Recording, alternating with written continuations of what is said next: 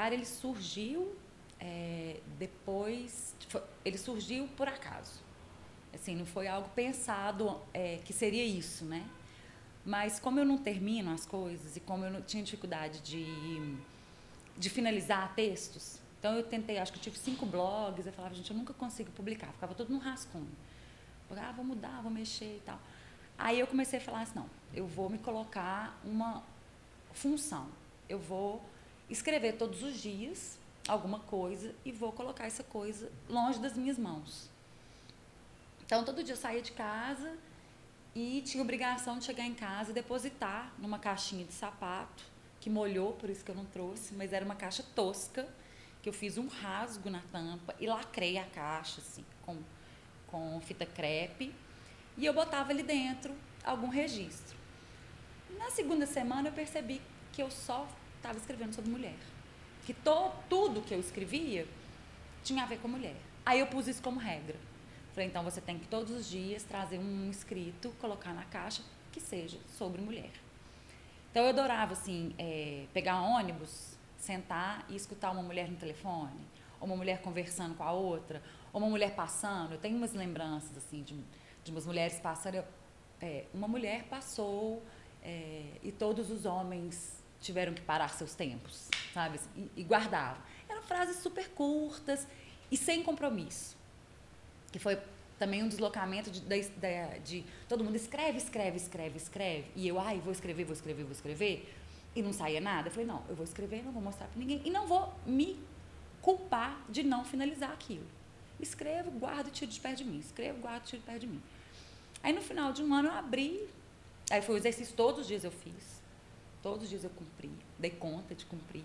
Aí eu abri aquela caixa e joguei em cima de uma mesa, um caos absurdo, e fui lendo aquelas mulheres, voltando a visitar aquelas mulheres, lembrando de tudo que aconteceu. E aí eu comecei a compor os textos do livro, sem saber que era o livro, em cima dessas frases, ou de trechos, às vezes eu lia uma coisa e falava, nossa, essa foi aquela mulher na Savassi, mulher incrível, eu lembrava da mulher, falava, mulher incrível. Aí eu dava um nome para ela e ficava nessa viagem aí um quebra-cabeça, né? Essa frase combina com essa frase não tá legal, vou colocar aqui, mas a mulher é bacana, porque eu lembro da mulher, então eu vou escrever em homenagem a essa mulher que eu vi, que o registro nem foi tão legal, mas essa mulher é incrível, vou voltar nela. E aí comecei a brincar com isso. Claro que durante o processo surgiram outras mulheres, e algumas mulheres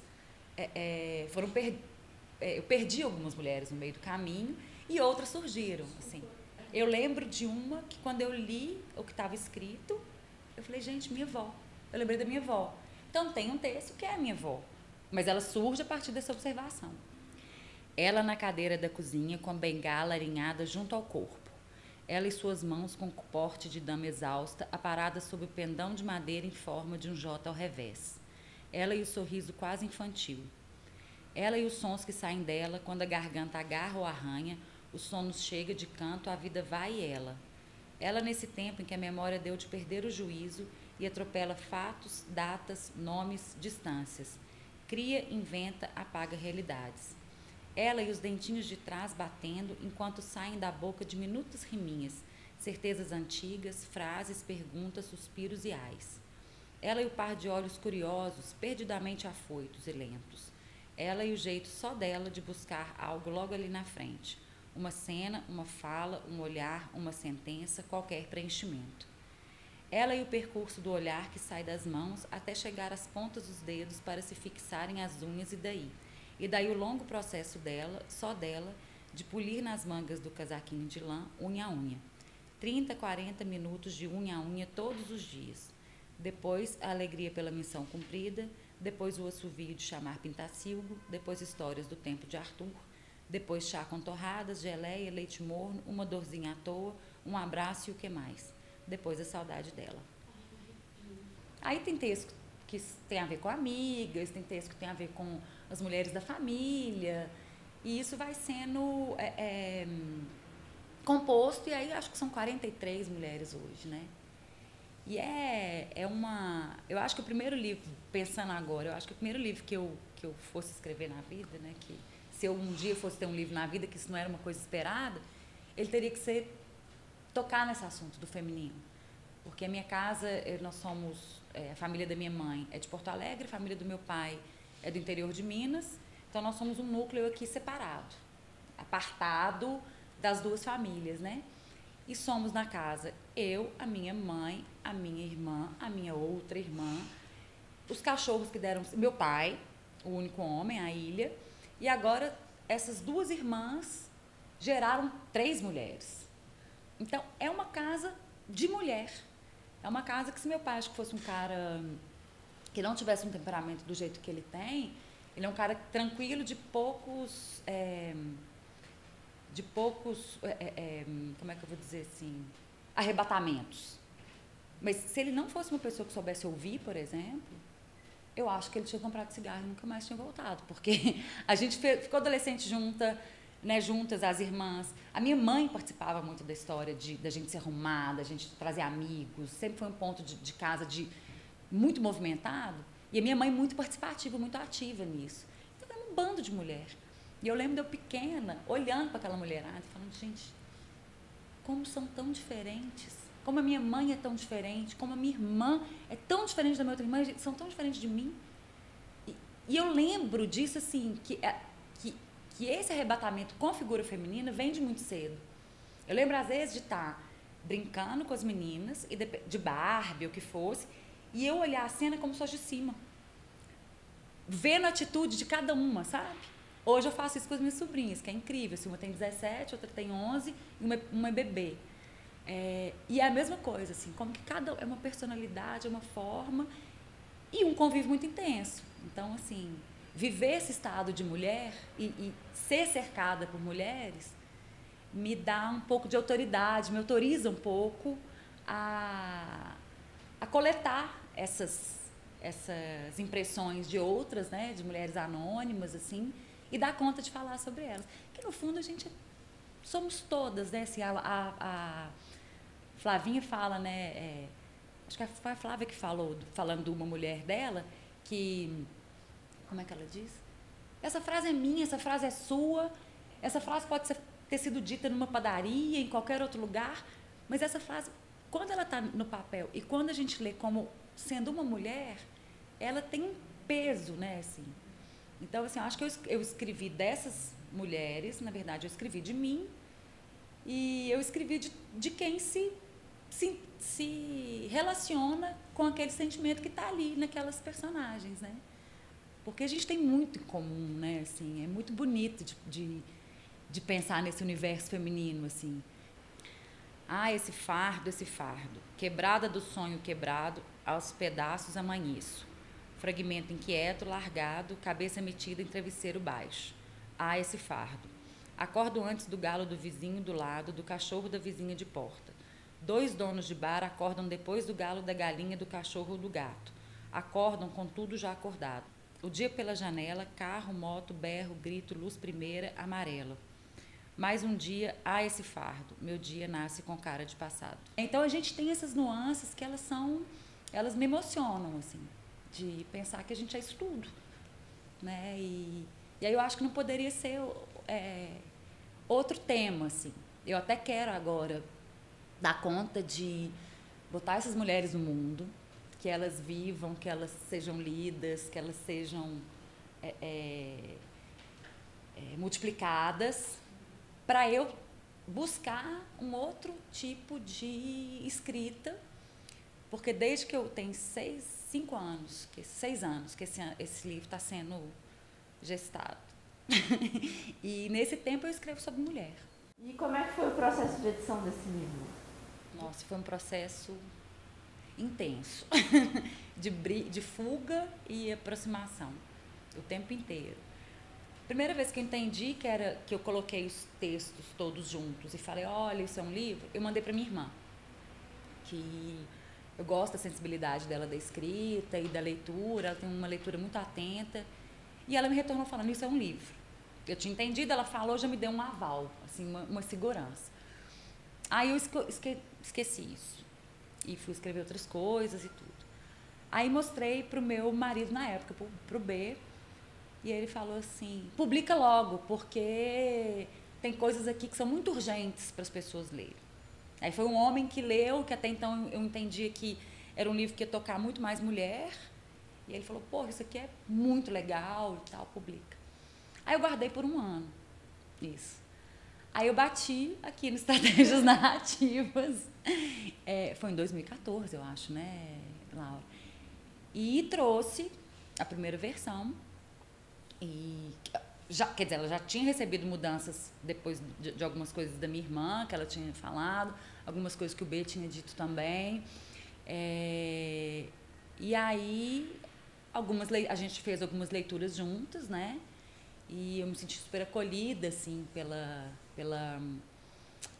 Eu nunca tinha feito essa troca de sentar e ler um texto junto. Porque a gente fica muito nesse virtual, né? Entrega, passa. Mas sentar e ler um texto junto é muito gostoso, é muito gratificante e a gente aprende demais.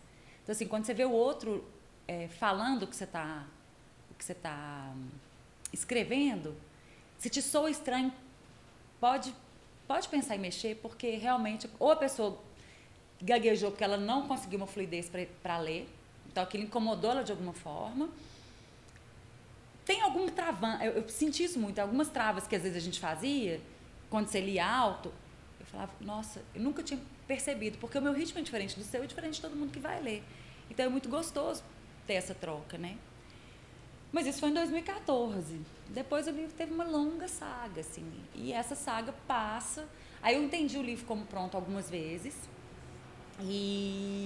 só que aí em dezembro de 2015, com a morte do B, né, assim, que foi muito inesperada enfim, ele já tinha uma versão quase, vamos dizer assim, com muita, que eu achava que tinha uma força.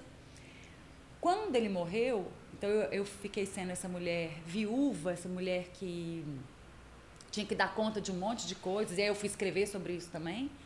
Eu peguei um dia para reler. E aquelas mulheres me pareceram muito despropositadas, porque eu já era outra também. Eu era uma mulher que estava acabando de enterrar uma pessoa com que eu tinha passado 7 anos da minha vida. Então, algumas eu achei muito ingênuas, outras eu não consegui perdoar direito, delas terem um sofrimento muito idiota. Outras eu tive que passar por um processo de dar conta de entender que só porque eu tinha, por eu ter perdido uma pessoa, eu não poderia invalidar aquele sofrimento daquela pessoa ou aquele sentimento dela.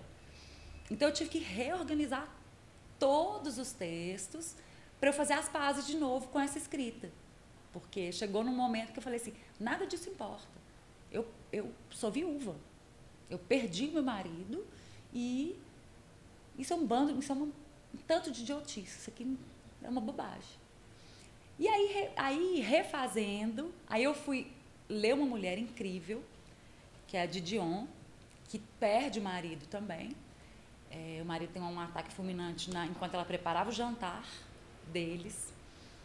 E essa mulher é de uma força. Então, o que ela faz depois, o que acontece com essa mulher depois que ela entende a morte dela, entende, a gente não entende, mas depois que ela consegue acolher a falta desse marido, e ela faz esse livro tão incrível, Como é que é o nome? O Ano do Pensamento Mágico. De quem? Eu acho que fala Juan, ou Joano, eu não sei qual de Dion. Ela e o marido escreviam um roteiro de cinema. Acho que é João. Eles escreviam um roteiro, e eles eram parceiraços em tudo na vida. E o Bernardo era jornalista como eu, a gente também tinha uma parceria. Os dois trabalhavam em casa, a gente trabalhava em casa. E ela perde o marido e a filha está doente. E ela dá conta de uma porrada de coisa. E ela levanta uma porrada de coisa que, assim, de repente tudo muda. A vida que você conhecia, em 1 segundo, deixa de existir. Né? Porque a gente fica viúva de... Ela colocou muito bem isso e me fez aceitar essas outras mulheres. Porque ela fala, você não fica viúva do marido. Você fica viúva de ser casada. Você fica viúva daquela casa... Porque se você muda de casa, como eu mudei, você fica viúva de um ciclo de relações que passavam só por ele. E você fica viúva de um monte de coisas. E aí eu comecei a falar assim, gente, isso vai acontecer com todo mundo, né? a morte, e eu não posso julgar essa escrita anterior ao que aconteceu e condenar essa escrita. Aí eu comecei a fazer as pazes com ela de novo. Então isso demorou um tempo também. De eu me readequar com essa escrita, entender. Algumas coisas eu tirei mesmo porque estavam me incomodando. Eu falei, não, se é um incômodo, eu vou aceitar esse incômodo e vou algumas coisas tirar. E aí veio uma pessoa que foi muito importante para mim, que foi a Júlia, que é a Júlia Panades, que eu fiz o convite para ela ilustrar, mas ela entrou de cabeça nessa narrativa, entrou de cabeça na construção, e a gente, como é que eu vou dizer, a gente brincou de um jeito muito de duas escorpianas, de um livro sem fim quase, porque era uma quebra-cabeça. A gente sentava na frente do computador, ela lia o texto, aí ela, mas você pode dizer assim, Val, e refazia a frase, ou você pode dizer assim, ou você pode... E não tinha fim. Aí eu, então vamos falar de outro jeito? Aí a gente escrevia, sentava, conversava. Então, assim, foi um processo delicioso de encontro com uma outra mulher, né? Com uma mulher que também escreve, que desenha e tudo. E foi um processo legal de tirar a minha ansiedade. Aí o livro passou a não ser o objetivo final.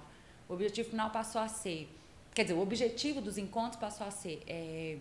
vamos ler isso aqui, juntas, e vamos entender essas formas. O que é dar o espaçamento, como entender o texto numa página, como aceitar alguns clichês, coisas que me incomodavam. Aceita esse clichê. Ah, não, isso aqui não é seu, talvez.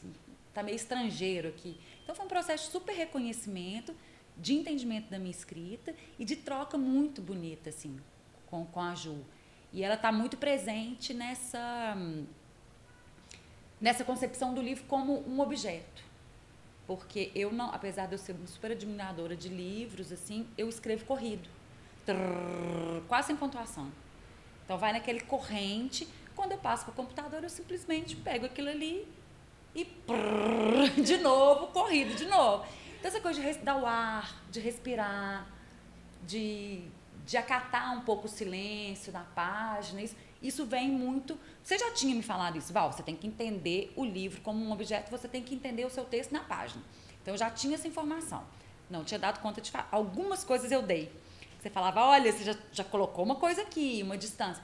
E Júlia vai e me coloca isso como objeto também.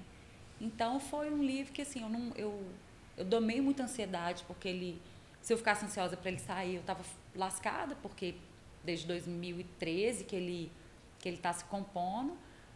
Mas agora eu entendo que, assim, pronto, tirou o lacre. Ok, então você se deu esse tempo para o primeiro processo. E o outro eu quero pensar num processo, não de rapidez, mas assim, eu acho que eu estou mais preparada para algumas etapas que eu vivi a exaustão nesse. Eu me permiti viver a exaustão nesse. Então, acho que, né, já tem um livro próximo por aí que eu acho que ele já tem um ritmo mais de entender, assim, quais são os caminhos para ele virar livro.